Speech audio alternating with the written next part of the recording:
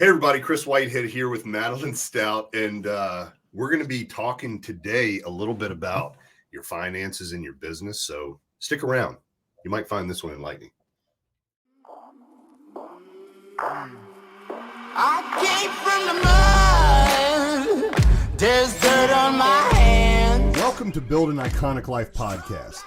I'm your host, Chris Whitehead. And this podcast is dedicated to help you build a life with zero regrets by focusing on how you have everything you need to stand up, stand out, and live life on your terms. Let's dive right in. Madeline, thank you very, very much for taking time today with our audience. Before we start, appreciate it. Why don't you tell everybody a little bit about what you do and how you got to doing what you do to make a living? Okay, so let's see. I don't know how many little girls wake up and say that they want to be an accountant when they grow up. For me, I wanted to be a rock star and didn't work out so well for me. So I ended up. Why not? I tried. I had a little bit of success. I went on the show called The Voice for a little bit and had a short stint on that program. Singing? Yeah. How cool is that? Yeah, I always wanted to do something in music. So growing up singing in the church and then, played in a band throughout school and then, tried to do something with it after school. And so, yeah, that's like what I thought I was going to do in like my late teens, early 20s. And realize that it's very difficult to make a living playing gigs and open mics. So I ended up moving back home, got into community college, started taking accounting courses, and it was time for me to get a job. So I actually really enjoyed it. It was like a happy accident and, kind of made my way through the trenches, saw a lot of really interesting things in business. And honestly, just found a lot of opportunity in the marketplace. I think that a lot of business owners, they, structure their financials all year long just to file taxes, just so they don't get audited, just to stay in compliance. But they're making the same mistakes year and year and year again because no one is telling them, right?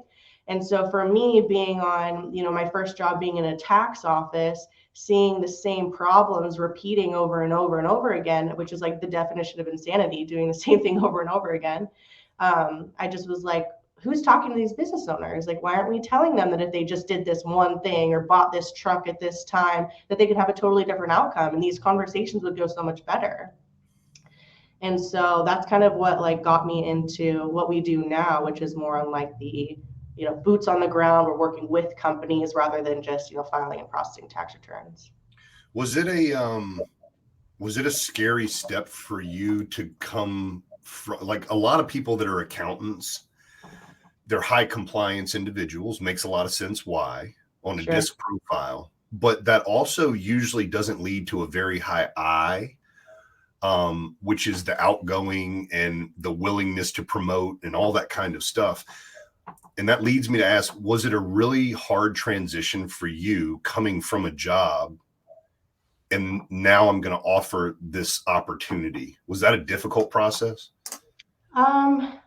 For me, maybe a little bit. And I think maybe just because, the age that when I started the company, I was younger. And so I think I just lacked confidence in general. Yeah. And so I think just like growing up, seeing more businesses, like grow and evolve, when that went away, I wouldn't say that it became like intimidating or difficult for me to transition into because I started to get really familiar with tax law. And I think oftentimes people are so like ultra compliant just because they're not educated or they're scared, right? Mm-hmm. And because it's always changing. So what I started to realize is that if you think of like just tax code in general, the IRS is really, they've made the code. I mean, they sit around, they're very highly educated people, and they are wanting to influence your decision-making as a business owner. So they want you to take advantage of certain tax laws and certain things that they have put into legislation because it actually benefits the country and the economy as a whole. So if we think back to like what happened during the COVID time, and we're all these companies are getting PPP and EIDL and ERC, and everyone's like, what is this? Like, is this too good to be true? I'm afraid to take the money, but like I kind of need it, right? And if you really sit down and you think about it, the IRS was trying to condition you or to influence your behavior into retaining your employees because they needed people to be employed, right? So I think that if you just kind of take a step out of it and you try to understand what is the reason why the law is written the way that it is, why do these loopholes exist? And it's because they're wanting to incentivize you, the business owner, to stimulate the economy. Yeah, I agree. And I think for me, when I stopped being Don Quixote fighting windmills and thinking that everybody is against me and life is happening to me, and instead it's actually happening for me and let me find the pathway, I shed about 10 years of BS. Yeah. And I just started moving toward my goal. Perspective is everything. What's that? I said perspective is everything. Yeah. And no finer point can be put on it than when you're talking about black and white things like taxes, and starting to realize that perspective on that as well allows you to work inside of the lines. And they created those lines for you to do that very thing. They're not the enemy, but there are a lot of people that ignorantly or on purpose try to take advantage of it. And they're trying to fish that part out. They want a better thing. And we want a better thing. My next question: as you became a business owner, what are the things that surprised you that you had to do that don't have anything to do with your actual business skill set? I mean, how long do you have? I feel like honestly now what I do is like 10% the technical, right? When I first started my business, I was primarily working with attorneys. And it was interesting because we were kind of going through the same thing at the same time. A lot of people that, they come out of law school, they start working for a big firm, and then they go, I'm doing all the work. Why shouldn't I just go out and do this myself? Not realizing that there's so much more behind it, right?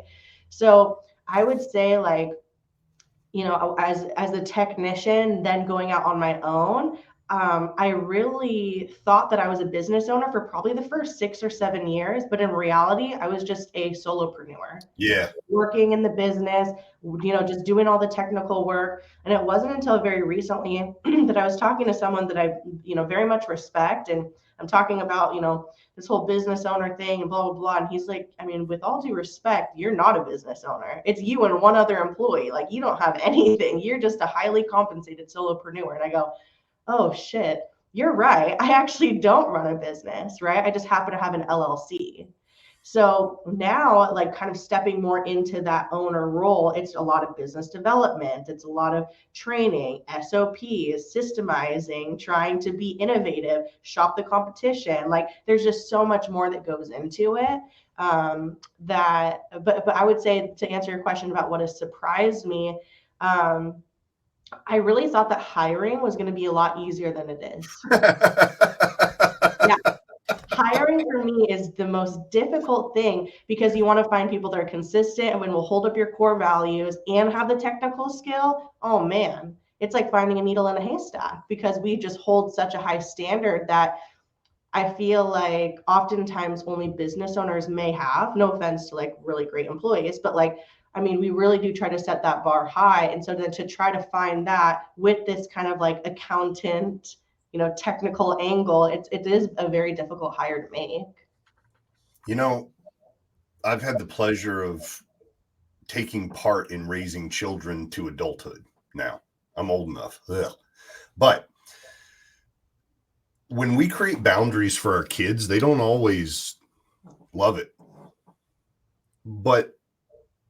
And with that, I truly believe that people want boundaries. I truly believe people want to live excellent. I truly believe that the majority of us, if incentivized appropriately, that doesn't mean giving me more money necessarily. It might just mean having a conversation with me or over a cup of coffee and asking about me, not what I'm doing for you, right?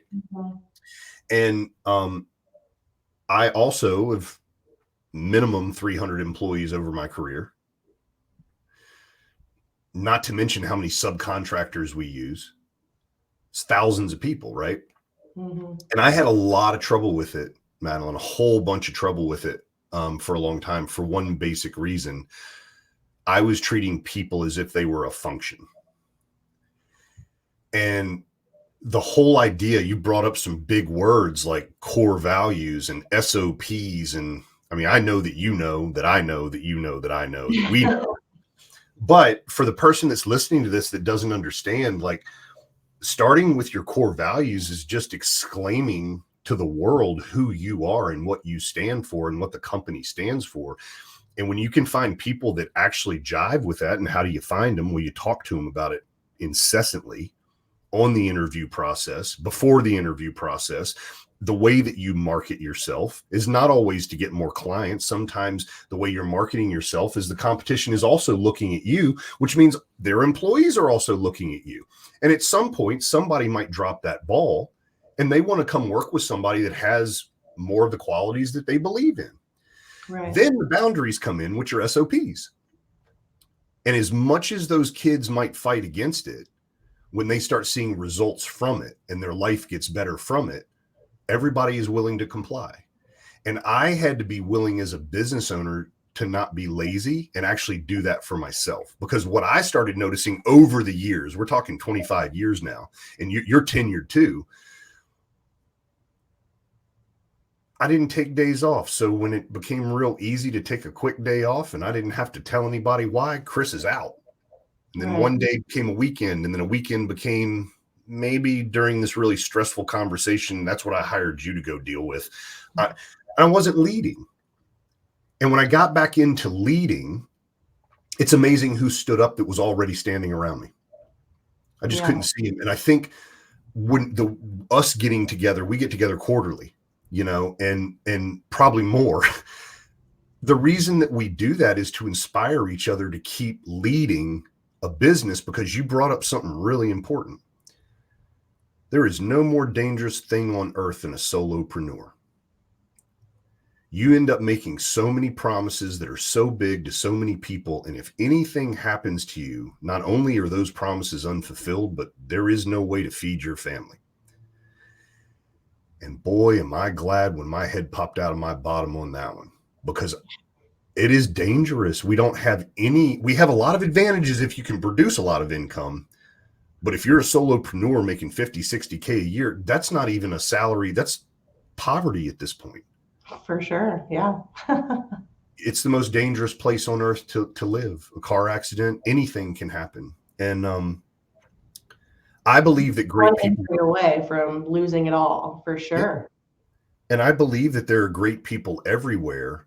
It's that we had not been educated on how to communicate consistently to those people so that we can create a funnel so that when they're ready, they're willing to inquire. And the greatest companies that I see are thinking 5 and 10 years down the road with that. So they're not trying to get a return. Like, I need employees next month. Dude, that's not the time to start this. That's a traumatic situation that you're in, and an employee probably won't fix that. Probably is going to make it 10 times worse. And that's from personal experience. And if there is one more surprise that you weren't prepared for, that no one told you about, actually becoming a business owner, I'm not talking about inside the business now. What is that next biggest surprise that you're like, I didn't know I was going to have to do this? Can you tell me what that is? Well, I kind of want to discuss, just because like I sat in the seat of solopreneur for so long. Okay. And there's a few things that I kind of wanted to speak to, especially because you're making such good points on like the differences and what could take you out and all the basically all the exposure that you have sitting in that seat, right?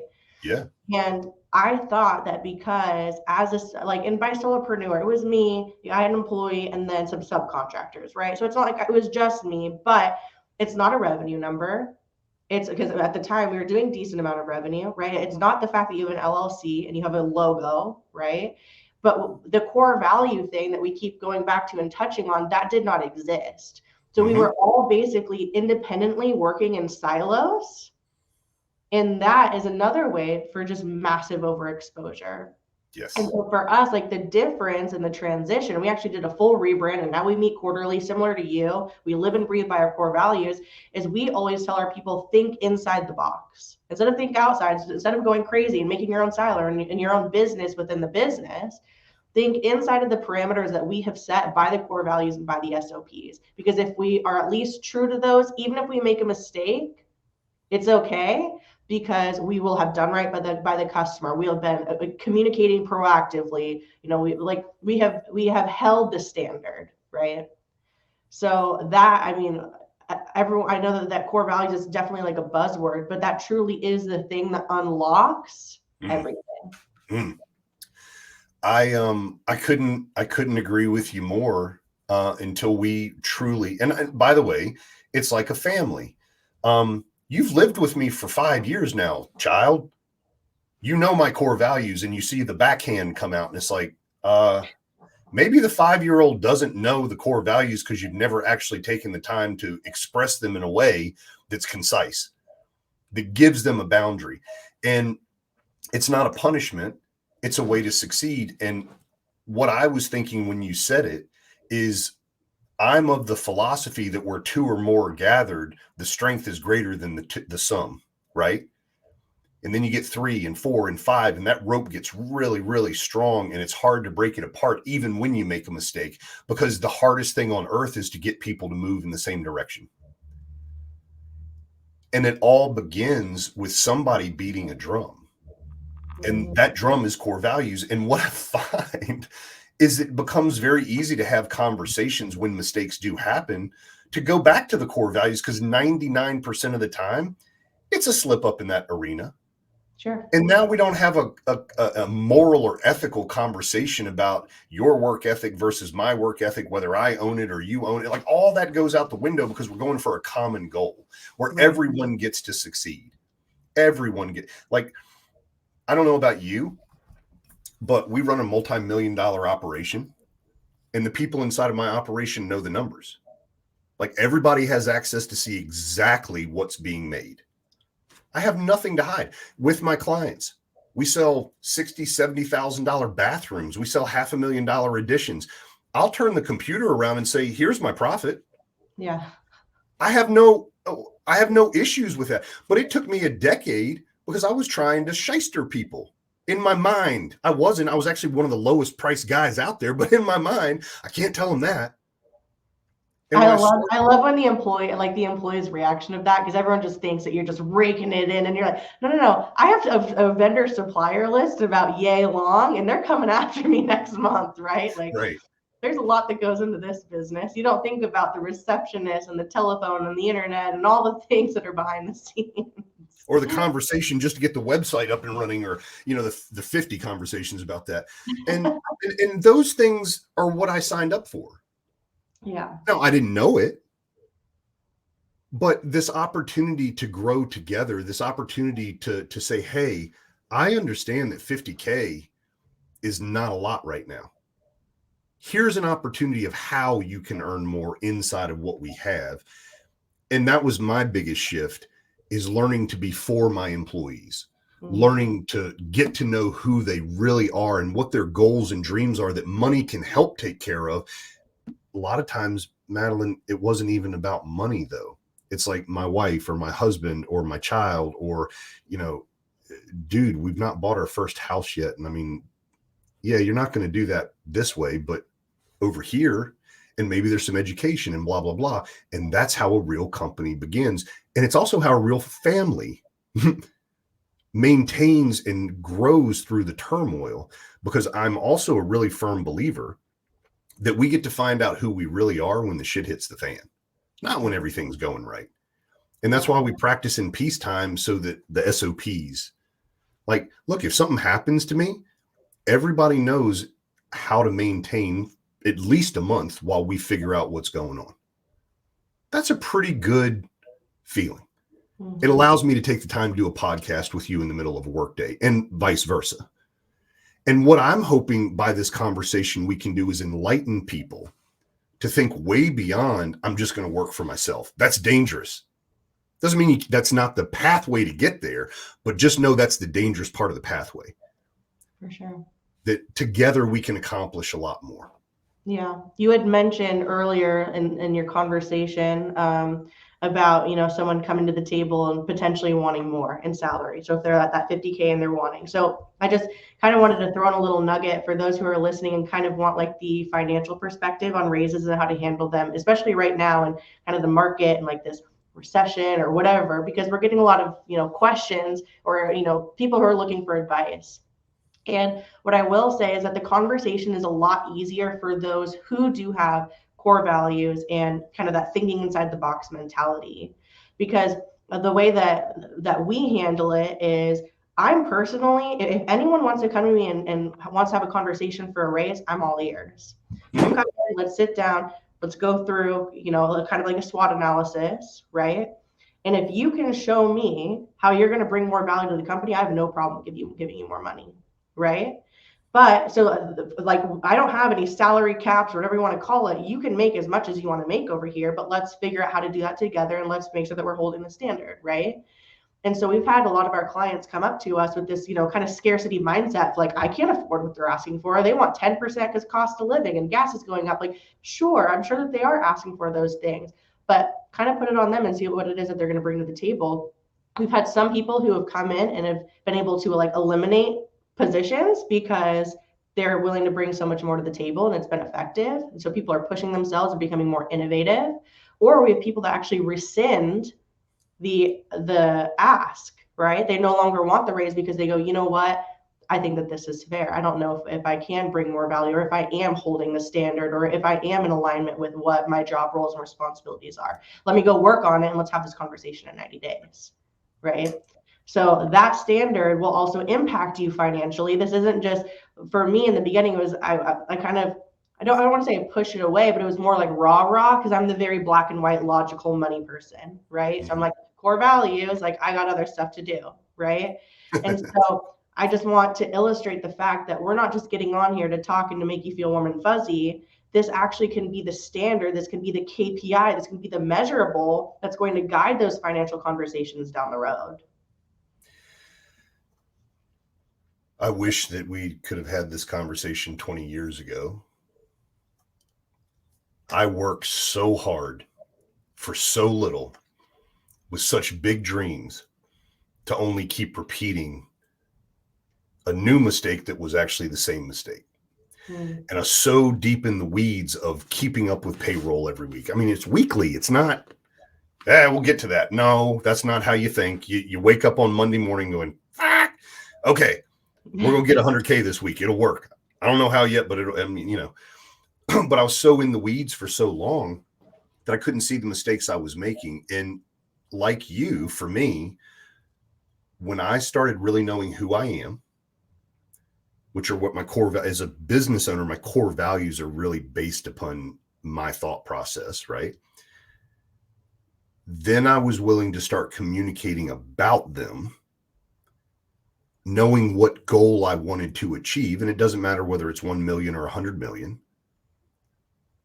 It's amazing how people started to get on board and actually started wanting me to do what I was good at instead of wanting me to fix everything that went wrong.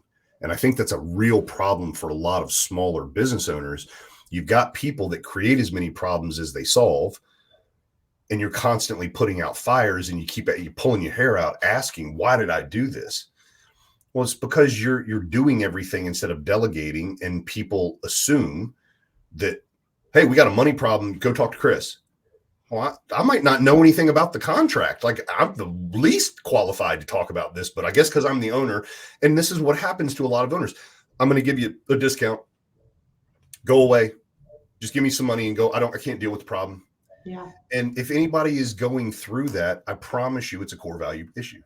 I promise you that's the start of it. And if somebody had told me that and could have actually not made it a buzzword, but said, here's how it works, I would have done this 20 years ago, because it literally took about 6 months of concentrated effort to kick out the people that weren't in alignment with those values, or they kicked me out. One of the two ways to look at it. And for those that were in alignment, they already had their goals attached to it anyway.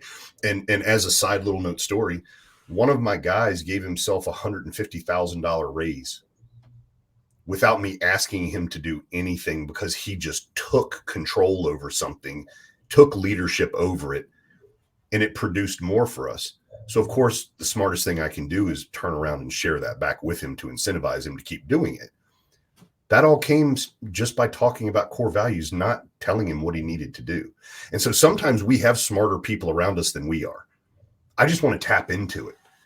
And that allows me to be really good at what I do. So what is the number one skill that you are proud about that you've developed since you became a leader of your organization instead of like a worker bee inside of it? Being coachable. Truly.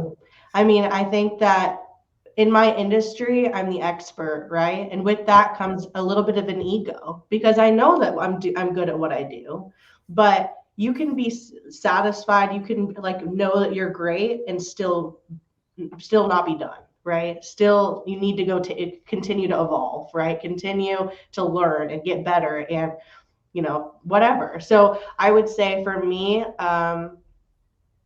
making the time to plug in and be in rooms where I'm not, you're not the smartest person in the room, right? If I am the smartest or the most successful or whatever in that room, I am in the wrong room, right? I want to go into a room and feel dumb. And so I remember attending an event last winter, feeling incredibly intimidated. And then I was like, I need to sign up to go to more of these, right? Because now I know. And so, and I just feel like the growth over even this last 6 months has been, I probably honestly fast forwarded 2 years had I not plugged into that, right? So I think just being able to humble yourself, being able to plug into, resources that are readily available. There's not a single quarterly event that I've missed, and, a couple of the coaching groups that I'm a part of. And even if it's something that you've heard time and time again, whether it be core values, whether it be hiring or whatever, there's one piece that I will always learn or be able to take back and implement. But I think that people wildly underestimate the ability to just be open to what other people have to say. One of the things that I've done, and I agree with you 150%. I've been recorded saying I was able to accomplish in 2 years what I couldn't do in 20 by being plugged in. And that willingness and that desire to be a beginner instead of like a seasoned business person, that's the mindset that I brought in, and it served me really well. But what it reminded me of was both of those places, and we can call them like Win Rate, Tom Keenan Step It Up Academy. Yeah, there's not a single one of Tom's events that I've missed. I go to all the Win Rate events. I know that you have awesome events. Like, there is something about being in a room when you have that many people who are taking time out of their day to pour into you, that like, it's just, you're picking up something that's going to change the game. Well, here is the grand experiment that I believe Mike Claudio, Tom Keenan, and I have done. We put our core values out strong. We talk about them throughout the event strong. Everybody there must resonate because they keep coming back and they're paying clients. And now I've got a room that if I squint, it's almost like I'm the leader of this organization too, which I am, or Mike is, or Tom is. And all these people have the same core values. And it just so happens that we have a CFO present. It just so happens that we have someone that knows how to get land deals done. It just so happens I've got people in that room that are way more intelligent than me, yet they beat to this drum of core values. And it became an example for me to go, well, if I can do that here, we can do this with any business and attract the brightest minds. And that's why I think it's so amazing to get into a room of other like-minded people that you are a little bit intimidated by. Now, they shouldn't be jerks to you, but they have experiences that you haven't had. As you step up through that rank and become significant because you apply what you're learning, the next thing you know, you get noticed by other people that are doing the same thing and you become a team. Right. I can call you and if I have a massive question, I don't have to worry about whether or not you're going to tell me the truth. Right. And people are missing out on that. Big time. And it does equate to a lot of money. It equates to a ton of frustration. And it equates to fear, which is loss of quality of life. Well, none of us got into business to make our lives horrible. We got in it for freedom, yet people will not give themselves the opportunity to explore what that freedom looks like. And that's why we do these podcasts. It's why, I mean, I have Mike Claudio and Tom Keenan are some of my best friends. Yeah. There's no competition. There's only wanting more and more people to please do it so that we can make our country better again. We can make our world better. And that's a mission. And lo and behold, there are other people that have been through it, tried to make money, just like you and me, and said, hey, that's the best I got. I need help. Yeah. And honestly, like you get a big chunk from just the coaches and the speakers, but also just the participants, other people that are like you trying to accomplish the same thing. I mean, me owning a fractional CFO business, I actually won our biggest client because someone who does garage doors helped me with that proposal. Like, didn't think that was going to happen a year ago, but he helped me nail down my core values. We went out to dinner and we talked through just struggles as like just a business owner and, the whole estimating proposal process. And I landed one of our biggest clients because of someone that does garage doors, right? Like, imagine that, but it's just being in the room and having those conversations. We're not all that different. And not to mention, it's kind of, there was an old adage back in the day, like the time you're most supposed to go to church is when you don't want to go. Yeah. And it's the same thing here. Like, look, I know it might be comfortable post-COVID to sit in your chair and to get on the internet and to do it this way. But by giving yourself the opportunity to go live and look people in the eyeballs and feel the energy that's real and palpable, and to see it over a couple-day period and see whether it's real or whether it's not. And if you're in the right rooms, it starts to infect you internally and starts to get the juices flowing again. And the best ones are not the ones that necessarily always give you solutions. They're the ones that do believe like you believe, to allow your tank to refill so that you can come home and be the creative person that started a business to begin with and get things on track. And ever since I've been a part of them, I'll never, as long as I can, I will always be a part of them. It's not the cost of doing business. It's the desire to want to increase business for a much bigger cause than making money. And when you're in rooms with people that are like that, for me anyway, it just made me a better human, better to my wife, better to my kids, better to my employees, better to my friends, better to myself.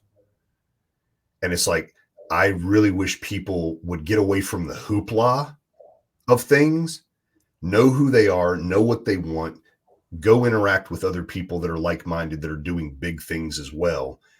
And whether you get anything from those people that are up front or whether it's the people that attract, I have never heard anybody that gave effort at those things that did not come back going, it was well worth the money, well worth the money. And I think getting together is a human thing, not just looking at each other through cameras online. Yeah, and then you start to see one area of your life resulting. For me, I started out with business coaching, and then seeing how much growth and evolve started there. Then I started like getting into fitness coaching. Now I have someone that helps me as a mentor in my life. Then we got into a marketing consulting group. Now we work with someone who's helping us with high level. And so, because what you start to realize is that now these people can come in and start pouring into your life, so that way you can do that for others. And so, yeah. Or do it by yourself, like me, for 20 years, getting the same results and just going, I'm surviving, everybody. I tell everybody from stage, like, the one thing I'm proud about, it's not the money, the cars, the stuff, the businesses. No, I'm proud I didn't quit. That's all. Like 20 years, man, 20 years of just like, oh, I smell October coming, because that's when remodeling kind of slows down. Did we make enough money? And for whatever reason, because the world is so small, I didn't get to meet people like you. And now we have this internet, and we have the ability to put it out there, and we have the ability to attract people, and we have the ability to go meet those people that truly are experts at what you do. And you definitely are one. I'd love to have you on again. If people wanted to reach out to you and talk to you about anything tax, anything accounting, anything CFO related, sure, what would be the best way for them to reach you? I would say Instagram at Profit Panda CFO. We also have an email, info@profitpandacfo.com. But I mean, Yeah, I would say like just how you were talking about, I mean, getting in person, even what like plugging in on social media and just what coaching everything has done to my news feed. We're very active on social media, and I like that a lot of people in the space are active because anytime that I log in, I'm just getting, my cup filled as I scroll through, the feed. So I would say, yeah, connect with us on social and see if we can help you out. So again, on Instagram, it's at Profit Panda. Profit Panda CFO. CFO. And if they want to catch you by email, it's info at profitpandacfo.com. Okay, great. Well, everybody, you're talking to someone that, and trust me, one of the first hires I ever made 20 some years ago was an accountant. And I realized very quickly that we don't think the same. But what you're finding is someone that has chosen to evolve beyond the function of their business and become a leader. And I was really proud that you were willing to get on here and talk with everybody.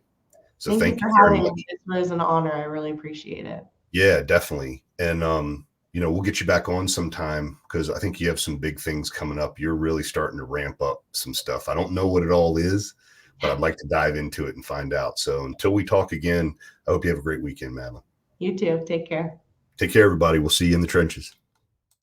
I came from the mud. There's dirt on my hands. Strong like a tree. There's roots where I stand. Hey, friend. If you enjoyed listening to this podcast, please leave a review and subscribe to catch future casts. If you really enjoyed this episode, make sure you share it so others can benefit from it as well. I'll see you in the trenches.